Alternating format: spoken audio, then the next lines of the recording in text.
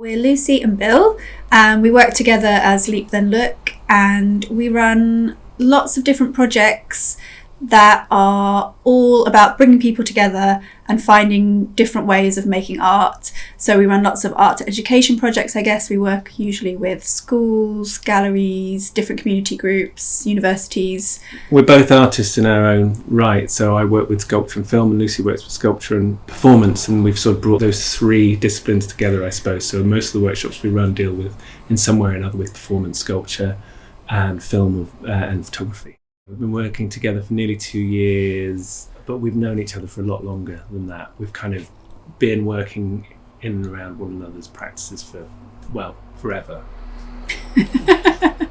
There's common themes in our work are around play, exploration, process over outcome, and research. We're both kind of involved in arts research, so people will probably come to us looking for something around those ideas, and then we'll probably put together a set of ideas based on practices that we use, or we also kind of look to lots of other artists and kind of borrow different sort of practices in contemporary art and take those into schools and work with children in different ways.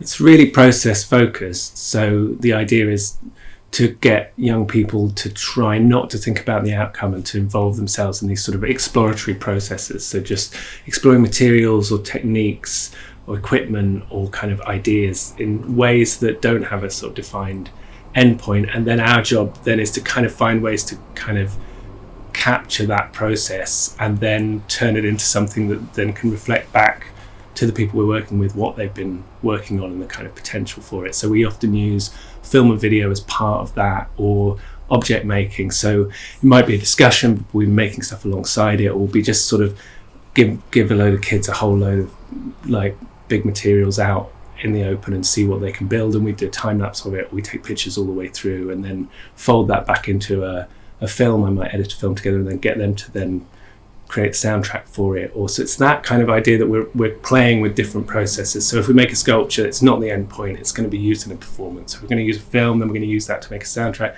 Music, sound, spoken word, whatever feels right for the project, we'll bring it in and sort of see where it takes things.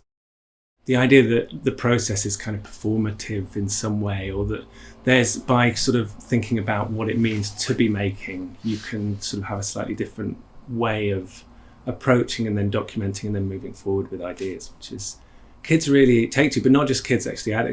We've had some really sort of successful adult workshops where they've all just been kind of playing together and making stuff and then finding ways to document it and then projecting those videos that they've made and then performing them in front of the videos. So kind of that just potentially endless process, which is the sort of ethic of the work that we're trying to put to people, that this kind of creative process that you enter into is something that doesn't have to have an endpoint, that you don't have to take home with you, that is shared between a group of people and doesn't necessarily have like one particular author. To a certain extent, we think of ourselves as collaborating with the people that we're working with. So we are obviously, we're artists and we have that background and we have that, I suppose, know-how and a certain amount of status within workshops, especially working with kids. They're school kids and they're there. They often don't have a choice to be there, although usually they enjoy it.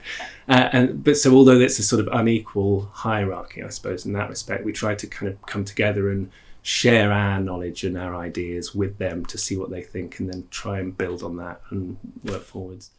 Often what we're trying to kind of promote is the idea of making something and you have absolutely no idea what that is, but you're engaged in a process and you allow that to lead you, and what gets made, and then you kind of reflect on that therefore you're able to kind of develop some of the ideas that are in your work, that are ideas that obviously you're kind of led by, learn those kind of skills for making along the way. And that can be quite hard, especially for kids and for teenagers and for students.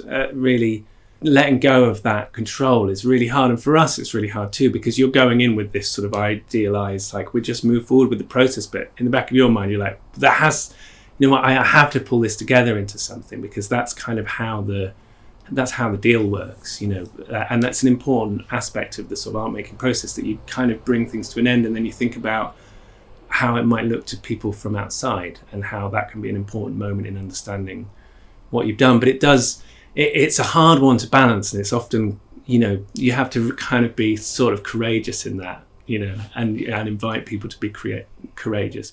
Alongside Leap Then Look, we both have our own arts practices, our own sort of research interests as well. So I'm interested in sculptures that invite you to sort of physically interact with them, to play with them, to touch them, to kind of explore them imaginatively. And so, there's a whole set of artists around those kind of ideas that I'm inspired by, and artists that have made sculptures for people to touch or play with. I think we're both really influenced by artists who work across disciplines. So, artists that make sculpture, but also performance or sound, that kind of idea of the sort of fluidity of that, and how you can take inspiration from different disciplines and fields to explore your ideas is really important. A big influence for Leap Then Look actually is Black Mountain College, which was a kind of liberal arts college that was active in America in the 30s, 40s, beginning of the 50s. And lots of really sort of internationally influential artists went there or taught there.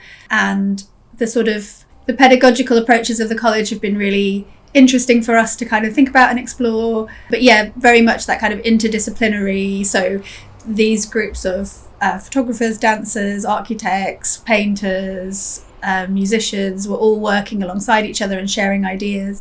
And we've done a research project with Black Mountain College Museum in the States, which has been really, really, really amazing. I think that way of actively engaging with art is really important to the way that we work. So the idea that you go into a gallery, but you can occupy the space in different ways, you can kind of explore the work through making. Having the relationship with Phoenix is great because we also run a summer school here. So for a week in the summer, we have a group of kids here. We do, so we run these week-long art workshops for kids, 15 or 20 kids between sort of 8 and 15-year-olds. And it's our kind of playground. We do whatever we like. So usually it's like exactly what we're saying. We do mark making the first day, and then we'll film that, and then we'll do performance the next day, and then we'll make. Last year I'd been collecting chairs off the street for weeks, and everyone got a chair and a saw and a screwdriver and screws, and they had to take the chairs apart and then build a structure with all the chairs. It's like get that opportunity to do those activities where you open the door and the kids come in and go, we can do that. It's also really important to have a making space of our own. I mean, just for our kind of business, we need somewhere that we can come and make stuff and store resources, but also it's a kind of thinking space away from home, and also a place where we both can kind of continue our own practices alongside. So quite often in here making little sculptures, and that's a really important kind of, that informs what we do in our kind of participatory practice a lot. We'd like to just keep working with and reaching more and more people across the Southeast and beyond. But we'd also like to find more time to be able to work on the kind of research aspect of what we're doing, and to think about the work that we're doing in that way, be able to write it up like that. We'd like to write a book. We'd like to have time to make more kind of the play sculptures that we've kind of begun, but we've got lots of ideas. Right, we haven't done any large events since before COVID. That's a really important part of the work we do, because it gives us a chance to make some big things that people can get excited about. And they are kind of sculptures that bring people together in a way that we obviously haven't been able to do in this last year. So hopefully that will be able to kind of start up again in the future.